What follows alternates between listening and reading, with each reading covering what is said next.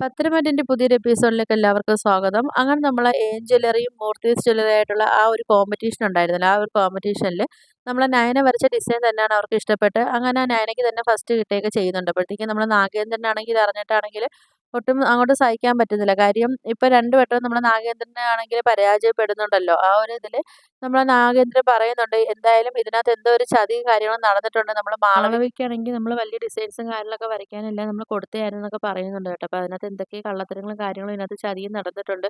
അല്ലെങ്കിൽ ഒരിക്കലും ഇങ്ങനെയൊന്നും സംഭവിക്കത്തില്ല എന്നൊക്കെ ഡേവിഡിൻ്റെ അടുത്താണെങ്കിൽ നാഗേന്ദ്രൻ പറയുന്നുണ്ട്. അതുകൊണ്ട് എന്തായാലും മാളവികയെ ഒന്ന് ചോദ്യം ചെയ്തേ പറ്റത്തുള്ളൂ എന്നൊക്കെ പറയുന്നുണ്ട്. അപ്പോൾ നമ്മൾ വീട്ടിലൊക്കെ ആരുമില്ലാത്ത വീട്ടിലോട്ടൊന്ന് അവളെ വിളിച്ച് കൊണ്ടുപോയിട്ടാണെങ്കിൽ ഒന്ന് ചോദ്യം ചെയ്യണം. അപ്പോൾ അവൾ പേടിച്ചിട്ടാണെങ്കിലും അവൾ സത്യങ്ങളെല്ലാം പറയും എന്നൊക്കെ അങ്ങനെ നമ്മൾ നാഗേന്ദ്രൻ പറയുന്നുണ്ട് കേട്ടോ. അങ്ങനെ നമ്മൾ ഡേവിഡ് ആണെങ്കിൽ നാഗേന്ദ്രൻ പറഞ്ഞതനുസരിച്ച് നമ്മളെ മാളവികയെ വിളിക്കുന്നുണ്ട്. വിളിച്ചിട്ട് പറയുന്നുണ്ട്, അർജന്റായിട്ടൊരു കാര്യങ്ങൾ സംസാരിക്കാനാണ്. ഞാന് പറയുന്ന സ്ഥലത്ത് വരണമെന്നൊക്കെ പറഞ്ഞിട്ടാണെങ്കിലും അങ്ങനെ നമ്മളെ മാളവികയ്ക്കാണെങ്കിൽ നമ്മുടെ ഡേവിഡ് ലൊക്കേഷനൊക്കെ ഇട്ട് കൊടുക്കുകയൊക്കെ ചെയ്യുന്നുണ്ട് ട്ടോ. അങ്ങനെ അതനുസരിച്ച് നമ്മളെ മാളവികയാണെങ്കിൽ പോകുന്നതിന് മുമ്പ് തന്നെ നമ്മളെ ആദർശനാണെങ്കിൽ ലൊക്കേഷനും കാര്യങ്ങളെല്ലാം സെൻഡ് ചെയ്ത് ഒക്കെ കൊടുക്കുകയൊക്കെ ചെയ്യുന്നുണ്ട്. അങ്ങനെ നമ്മളെ മാളവിക ആ ഒരു ലൊക്കേഷൻ അനുസരിച്ച് അവിടെ വരികയൊക്കെ ചെയ്യുന്നുണ്ട് ട്ടോ. വരുന്ന സമയത്താണെങ്കിൽ അവിടെ ആണെങ്കിൽ ആരും ഇല്ലാതെ ഒരു നിഗൂഢമായ ഒരു സ്ഥലത്താണ് നമ്മളെ മാളവിക അവർ വരാൻ പറഞ്ഞതൊക്കെ ചെയ്തത്. അങ്ങനെ നമ്മളെ മാളവികയാണെങ്കിൽ ഡേവിഡ് ചേട്ടൻ്റെ അടുത്ത് ചോദിക്കുന്നുണ്ട്, ഇവിടെ ആരും ഇല്ലല്ലോ, എന്താ എന്നെ ഇവിടെ വരാൻ പറഞ്ഞതെന്നൊക്കെ ചോദിക്കുമ്പോഴത്തേക്ക് ഡേവിഡ് പറയുന്നുണ്ട്, നീ എന്തോ ഞങ്ങളെ എല്ലാ കാലവും പറ്റിക്കാന്ന് വിചാരിച്ചാണോ നീ ഇരുന്നതെന്നൊക്കെ ചോദിക്കുന്നുണ്ട്. നീ എന്താ ഞങ്ങളായിട്ട് വട്ടം കറക്കാന്ന് വിചാരിക്കുവാണോ, എല്ലാ കാലത്തും നിനക്ക് ഞങ്ങളെ പറ്റിക്കാന്ന് നീ വിചാരിച്ചതെന്നൊക്കെ ചോദിക്കുന്നുണ്ട് കേട്ടോ. അപ്പോഴത്തേക്ക് പറയുന്നുണ്ട്, എന്തായാലും നീ ആർക്കോ വേണ്ടി നീ ഞങ്ങളെ ചതിക്കുകയാണ് ചെയ്തത്. നിനക്ക് ഇത്രയും വലിയ ഡിസൈൻസും കാര്യങ്ങളെല്ലാം ഞങ്ങൾ കാണിച്ചു തന്നിട്ട് നീ അത് നിന്നെക്കൊണ്ട് ഫസ്റ്റ് മേടിക്കാൻ കഴിഞ്ഞില്ലെങ്കിൽ പിന്നെ നീ അത് ആർക്കോ വേണ്ടി നീ ഞങ്ങളെ ചതിക്കുവാണെന്നൊക്കെ പറയുന്നുണ്ട് കേട്ടോ. അപ്പോഴത്തേക്കാണെങ്കിൽ മാളവിക പറയുന്നുണ്ട്, എനിക്ക് ഇങ്ങനെ വരയ്ക്കാനും കാര്യങ്ങളും അറിയത്തുള്ളൂ. ആ രീതിയിൽ തന്നെ ഞാൻ ചെയ്തിരിക്കുന്നത്. അതിൻ്റെ അപ്പുറത്തോട്ട് എനിക്ക് ചെയ്യാൻ അറിയത്തില്ല എന്നൊക്കെ മാളവികയും പറയുന്നുണ്ട്. അങ്ങനെ നമ്മൾ മാളവികയുടെ അടുത്താണെങ്കിൽ ഡേവിഡ് പറയുന്നുണ്ട്, നിനക്കാണെങ്കിൽ വലിയ വലിയ ഡിസൈൻസും കാര്യങ്ങളും എല്ലാം ഞങ്ങൾ കാണിച്ചു തന്നതാണ്. എന്നിട്ട്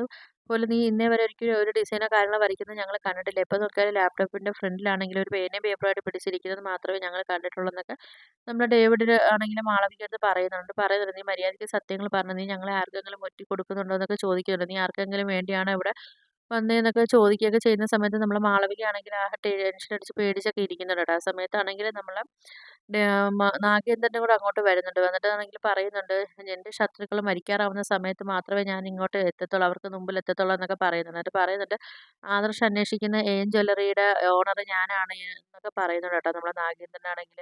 അങ്ങനെ പിന്നെ നമ്മളെ നാഗേന്ദ്രൻ അവിടുന്ന് പോവുകയൊക്കെ ചെയ്യുന്നുണ്ട്. പിന്നാണെങ്കിൽ കാണിക്കുന്നത് നമ്മളെ ആദർശാണെങ്കിൽ അവിടെ വരികയൊക്കെ ചെയ്യുന്നുണ്ട്. നമ്മളെ ഡേവിഡ് ആണെങ്കിൽ നമ്മളെ മാളവികയെ ഉപദ്രവിക്കുന്ന സമയത്താണെങ്കിൽ നമ്മൾ ആദർശ് അവിടെ വരികയൊക്കെ ചെയ്യുന്നുണ്ട്. എന്നിട്ടാണെങ്കിൽ ആദർശ് ഡേവിഡിനെ പിടിച്ച് 2, 3 അടിയൊക്കെ ചെവി കുത്തി കൊടുക്കുകയൊക്കെ ചെയ്യുന്നുണ്ട്. ചോദിക്കുന്നുണ്ട്, നീ എന്താണ് പെണ്ണുങ്ങളെ തട്ടിക്കൊണ്ട് വന്നിട്ടാണെങ്കിൽ പീഡിപ്പിക്കാനൊക്കെ നോക്കുവാണോ എന്നൊക്കെ നമ്മൾ ആദർശ് ചോദിച്ചിട്ടാണെങ്കിൽ നമ്മുടെ ഡേവിഡിനാണെങ്കിൽ നല്ലതുപോലെ എടുത്തിട്ട് അടിക്കുകയൊക്കെ ചെയ്യുന്നുണ്ട് കേട്ടോ നമ്മൾ ആദർശാണെങ്കിൽ.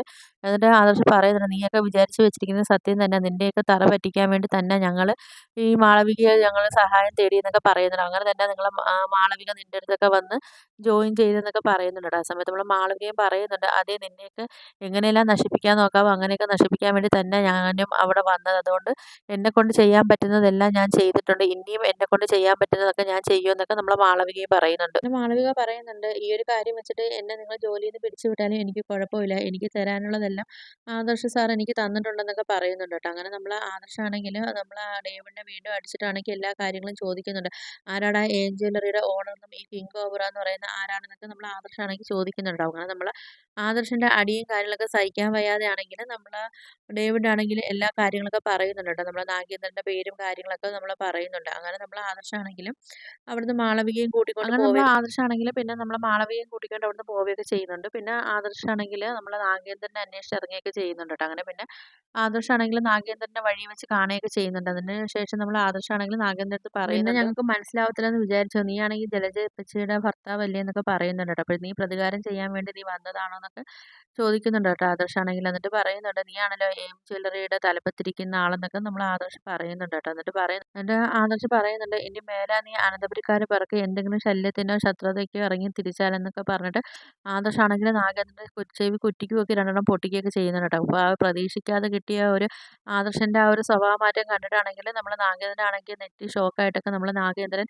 സ്തംഭിച്ച് നിൽക്കുന്ന പോലെയൊക്കെ നിൽക്കുകയൊക്കെ ചെയ്യുന്നുണ്ട് കേട്ടോ. അപ്പം ഇതൊക്കെയാണ് വീഡിയോസായിട്ടൊക്കെ വരുന്നത്. അപ്പോൾ നിങ്ങൾക്ക് വീഡിയോസൊക്കെ ഇഷ്ടപ്പെട്ടാൽ ഒന്ന് ലൈക്ക് ചെയ്ത് ഷെയർ ചെയ്ത് സബ്സ്ക്രൈബ് ചെയ്ത് കൂടെയുള്ള ബെല്ലൈക്കൺ എനേബിൾ ചെയ്തൊന്ന് ഹൈപ്പ് ചെയ്തൊന്ന് സപ്പോർട്ട് ചെയ്യണേ.